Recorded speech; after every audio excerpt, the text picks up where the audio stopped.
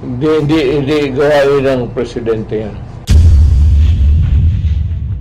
Ayaw kong magyabang. I took up, and Lyceum could show the records. Marami akong kinuha about foreign affairs and foreign politics. I studied geopolitics and political thought. I was under Jose Maria Sison. Aywan ko, ayaw kong mag-insulto.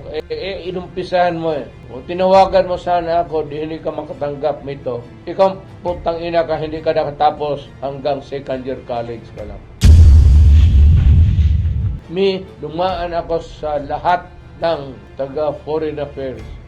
Undersecretary Ingles, si Ambassador Terona, Viana, si David Rapos, then si Maria Sison. Kaya huwag mong sabihin, mas marunong kayo sa akin. Alam kong ginagawa ko. Diplomatic and consular, master ko po yan, dumaan ako dyan. Let me be very clear on this. We have not conceded anything to China. There might have been exchange of control over the China Sea. Pero those were really territorial in nature, not involving the encroachment of China in their exclusive economic zone. Iba yun. Yung sabi nila territorial, we are studying it still until now so that I can give you a concrete picture of everything. Ang problema lang nito, maraming hindi naman they are not party to any of the discussion. At itong biglang gentleman's agreement with Xi Jinping, nobody but nobody in the Philippines today, either in the Supreme Court, the Presidency, or Congress, can concede anything about territories. Hindi gawain ng presidente yan. And ang ano ko lang is even this stupid ex-Justice Carpio is harping on a gentleman's agreement of which certainly he was not there, and is beginning to expound on the consequences of the resort or whatever wrong there was committed in the agreement. Aside from the fact of having a handshake with President Xi Jinping, the only thing I remember was that status quo. That's the word, na walang galawan, no movement, no armed patrols there, as is where is, para walang magkagulo. Hindi tayo magkagulo. Yun ang naalaala ko. Wala akong I do not there's a new word. I do not even know the ayunan sure. Ito si Carpio and the rest of the well, I think he's trying to be relevant. He's a retired justice, a not so brilliant one, which he pretends to be. Nawala naman siya doon. And I assure you that if it was a gentleman's agreement, it would always have been an agreement that would keep the peace in the South China Sea. Huwag ho kayong maniwala yung bulatik nila Kasi hindi ako ganun kagago. You know,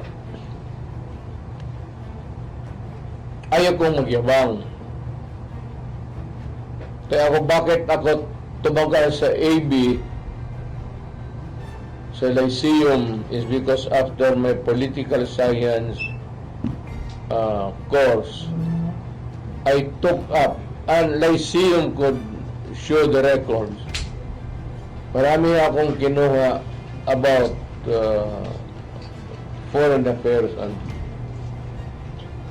foreign politics. Sabi ko hindi ako nagyayabang. I studied geopolitics under Professor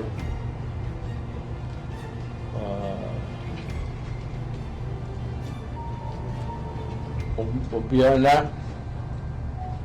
I think he's still connected or retired from the Foreign Affairs Department. I was under Ambassador Terrano sa Terona, I'm sure, Ambassador Rosalinda Terona sa geopolitics ko, pati sa many subjects about foreign policy, foreign affairs. I had my diplomatic practice and procedure doon sa kay David Lapos, and political thought I was under Jose Maria Sison. Yun o nagturo sa amin. Ewan ko kung mas may bright pa doon. Kaya sinasabi ko, it would be good and it would be healthy for Carpio to just shut up and not muddled up the things of which I was not there. Hindi ko naman siya kinukondem. Pero sa amin yan, tinatawag, in our parlance, pakatorpe na nga itong putang ina. I will be expounding more the day after because I just received the old documents of Malacanang about foreign policy noon sa panahon ko.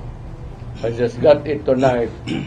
I want to review it and the different agreements that were entered into by myself and the Defense Department, sila Lorenzana. Lorenzana played a crucial role, a role that was something that was, sinasabi ko sa kanya, you handle this, especially matters that will govern the movements of the gray ships. Wala pa namang gray ships dyan sa, yun ang binabantayan namin noon, the entry of the gray ships. Pero walang nangyari. There was never a time that we sent the gray ships in China and China sent there. Ano yung gray ship? When we talk about gray ships, we are talking about warships.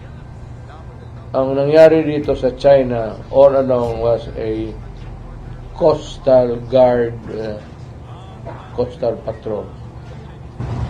So,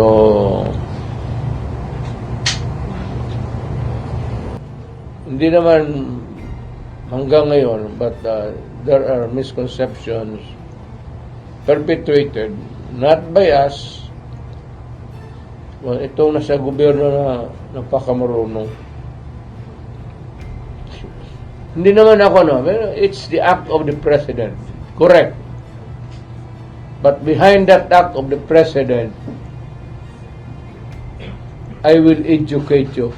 Hindi akin yan lahat. I cannot make a move relative to the security of the country without asking the military and the national security council. Kaya yung agreement na yan, kung totoo, nasabi ko na sa mga military yan,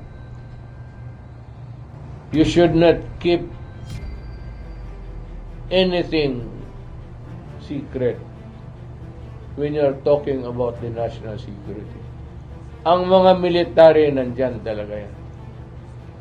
Nandyan man si Anyo. He was my national security advisor. Advisor mo yan, Bongbong. Tanungin mo kung mayroong bang gentleman's agreement.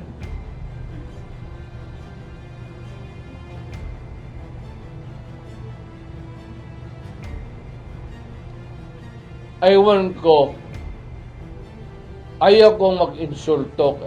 Inumpisahan mo eh. Kung tinawagan mo sana ako, di hindi ka makatanggap nito. Ikaw putang ina ka, hindi ka nakatapos hanggang second year college pa lang.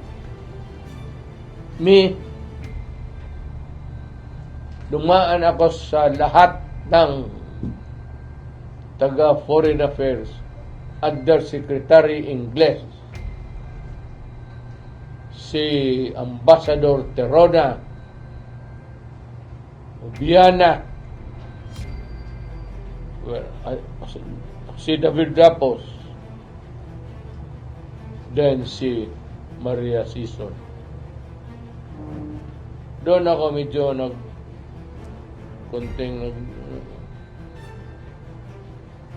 kaya kung mong sabihin, mas marunong kayo sa akin. Alam kong ginagawa ko. Diplomatic and consular procedure. Master ko po iyan, dumaan ako dyan.